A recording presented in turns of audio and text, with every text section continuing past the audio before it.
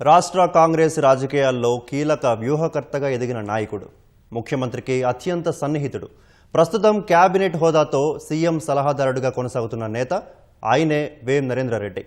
రాష్ట్ర రాజకీయాల్లో 3 దశాబ్దాల అనుభవంతో ఎన్నికల వ్యూహాలు, ప్రభుత్వంలో సమన్వయం చేయడం వంటి కీలక పాత్రలు పోషించిన వేం నరేంద్ర రెడ్డి రాజకీయ ప్రయాణం ఎలా సాగిందో ఈ ప్రత్యేక కథనంలో చూద్దాం.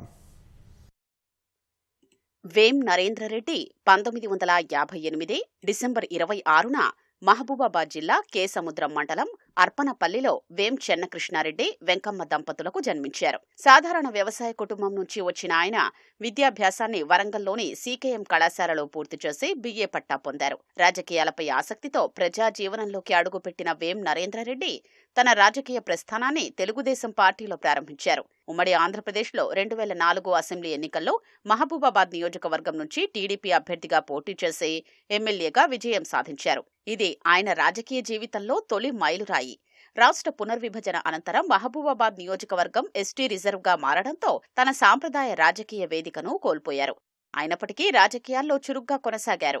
2017 అక్టోబర్లో రాష్ట్ర రాజకీయాల్లో కీలక మలుపు చోటు చేసుకుంది.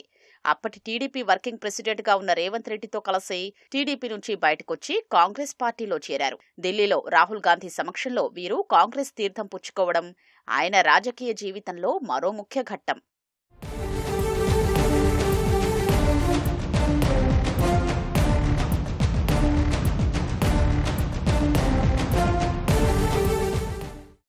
కాంగ్రెస్లో చేరిన తర్వాత పార్టీ వ్యవహారాల్లో చురుకైన పాత్ర పోషించిన ఆయనను 2021లో PCC ఉపాధ్యక్షుడిగా నియమించారు.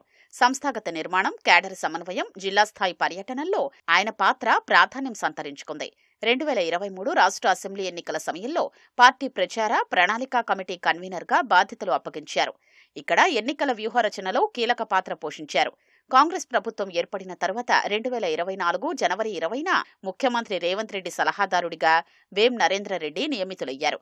కేబినెట్ హోదాతో ఈ బాధ్యతలు స్వీకరించిన ఆయన ప్రభుత్వ విధానాల అమలు, రాజకీయ వ్యూహాలు, పార్టీ ప్రభుత్వ సమన్వయం తదితర అంశాల్లో కీలకంగా వ్యవహరించారు. పార్లమెంటు ఎన్నికలు, సికింద్రాబాద్ కంటోన్మెంట్, జూబ్లీహిల్స్ ఉప ఎన్నికలు, తదనంతరం జరిగిన పంచాయతీ, మున్సిపల్ ఎన్నికల్లో పార్టీ విజయానికి వ్యూహాత్మకంగా కృషి చేశారు. అంతర్గత వర్గాల మధ్య సమన్వయం, మిత్రపక్షాలతో చర్చలు, జిల్లా స్థాయి నాయకత్వానికి మార్గనిర్దేశం వంటి అంశాల్లో ఆయన పాత్ర ప్రత్యేకంగా నిలిచింది.